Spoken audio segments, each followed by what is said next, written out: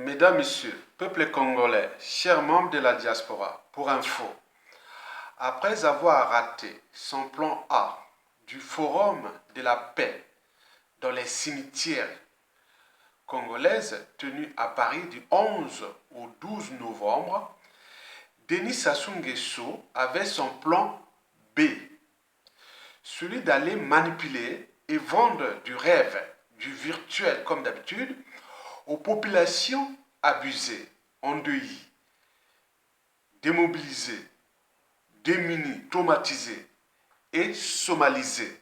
Climat politique et sécuritaire délétère dans la ville de Pointe-Noire, la ville océane qui fait de notre pays le troisième pays producteur du pétrole du continent au profit du pétrolier Total, de Denis Sassou Nguesso et son clan, et n'oublions pas les intérêts privés étrangers.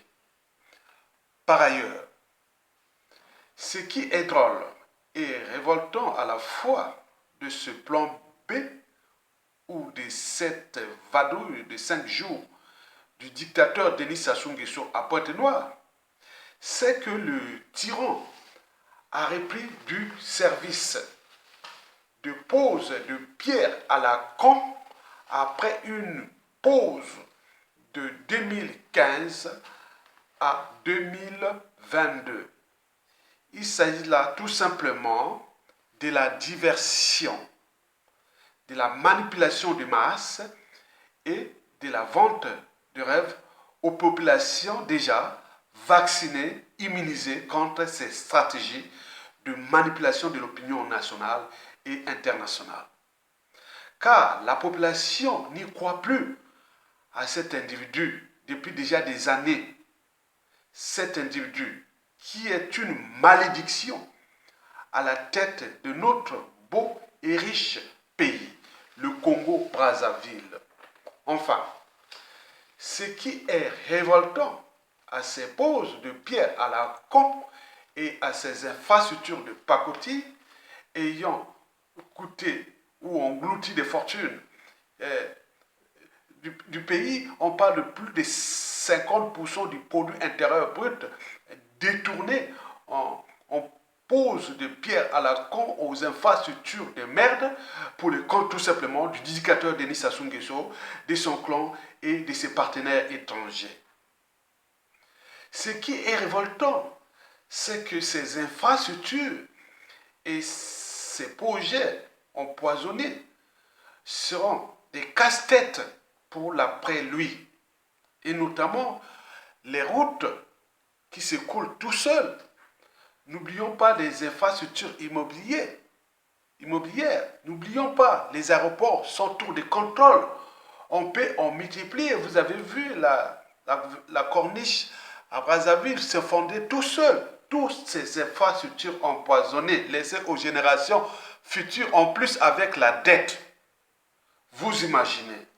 Bref, sur 100% des infrastructures de merde